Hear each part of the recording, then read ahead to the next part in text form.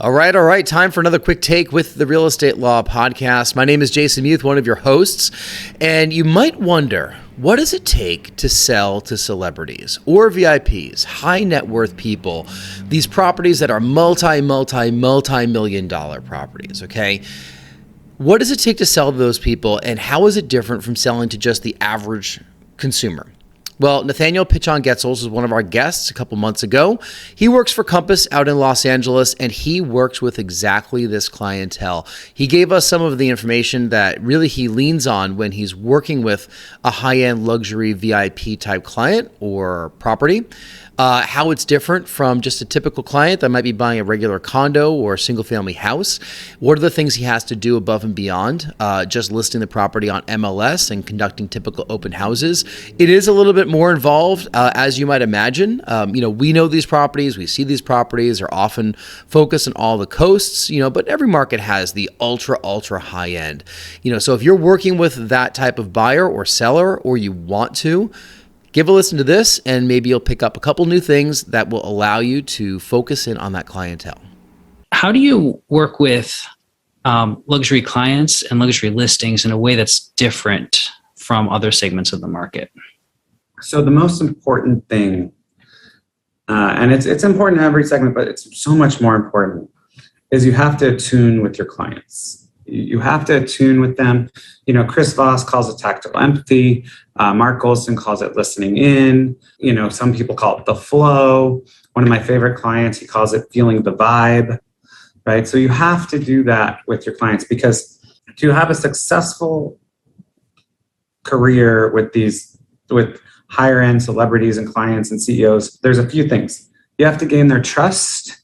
You have to get top of mind awareness, and you have to connect with them, right? Or attune with them.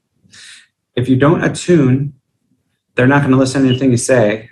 So you can't establish yourself as an expert. And, if you don't connect with them, they're never going to hear any of it. So the whole thing's going to be out the window. So you have to achieve top of mind awareness, but organically.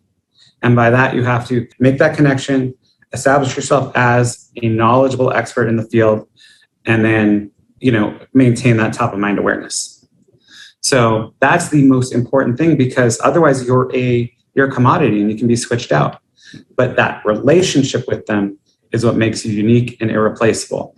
And then the knowledge that you bring is taken on a deeper level. But in my previous life, I like to tell people in my previous life, I was an educator. And I worked in every level of school, from preschool administrator to college. But one of the things I did, I was a behavior therapist, and I worked with children who had any array of disabilities.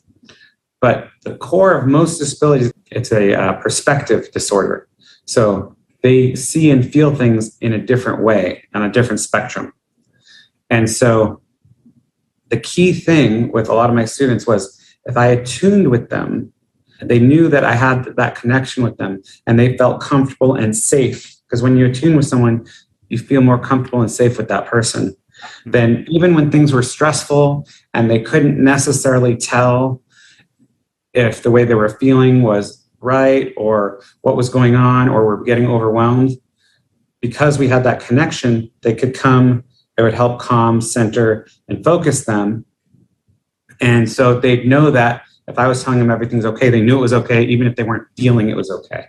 And it's kind of the same thing with adults and people in a real estate transaction. For a lot of people, it's the largest financial choice they'll make. And if it's not, it's still a large financial move. I do have a lot of clients where it's weird to say it's not their largest financial investment, and it probably won't be. But it still is a big move, especially if it is where they're going to live. Because where you live, regardless if it's based on money or not, it affects every single aspect of your life, psychologically, mentally, physically. I mean, the number one thing that determines if people use green space or uses things is proximity. Not if they like it, not if they're healthy, not if it's just proximity and access. I always like to say, tell me what you like and I'll tell you where you live. Tell me what you like, and I'll tell you where you live. And so attuning with your clients creates that trust, and then You can establish yourself as the expert, achieve top of mind awareness, and then you become the irreplaceable go-to, right? And then when things get hard, which in a lot of these, it gets complicated. There's a lot of unique things that can happen, but they trust you. And then you also have a greater understanding of their situation and can find creative solutions sometimes when, somebody who maybe was less in touch with the situation would not be able to find that solution. That make sense? It sure does. And, I think there's maybe a hypersensitivity probably at that tier, but that lesson works its way down, I think, through, other segments of the marketplace as well, that getting in tune with your client and making that connection with them. So I'd actually transfer that advice to everybody, regardless of their niche in the market. Before I move away from the working the luxury tier, I want to get into a little bit of the more precise tactics.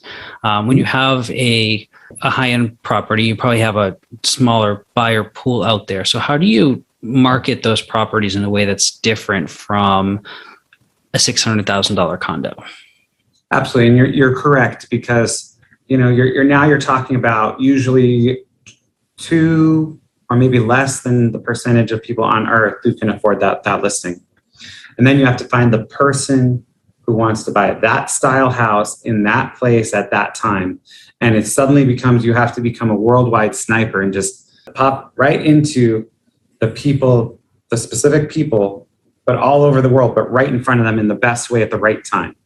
Right. So, obviously videos and photos are great, and you can use social media, and you can actually target people based on their other likes. So, if you find people that are members of the Rolls-Royce Collectors Club, not a lot of people who have a small disposable income who are going to be a member of the Rolls-Royce Collectors Club, right? Other laterals you can look at that transect with luxury and that socioeconomic class. So that's the first way, right? You can target people that way. And then the other thing is do things that they find organically.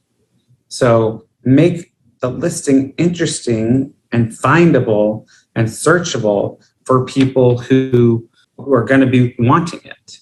That's another thing you can do. Obviously, you can do unique parties. Like a friend of mine just took a $17 million listing up in near San Francisco, and we're going to help them with a Gatsby party at that house. I had them on my show recently, actually, and we were talking about how a Gatsby party would be a nice thing because it implies that luxury. It'll get the Rolls Royces, it'll get those higher end things, versus let's say a casino night that you could do, attract a different group of people, right?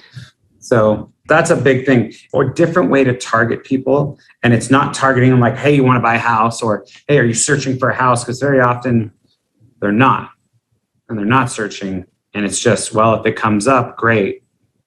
Because the people that are actively searching in that area for that thing, they're going to find you. But you need to sometimes reach out to that specialty group. I'm working on a property that's a huge horse ranch right now. And so we're going to look at getting boxes at some of the polo events and some of the hunter jumper events and things like that to get the property more visibility, but in a unique way with people who are already interested in that kind of property. All right, there's another quick take with the Real Estate Law Podcast. For the full episode, go to YouTube or Spotify or iTunes or wherever you heard or listened to that quick take. We also have all of our episodes posted at realestatelawpodcast.com. So on behalf of Rory Gill, I'm Jason Muth, one of your hosts, and we thank you for listening.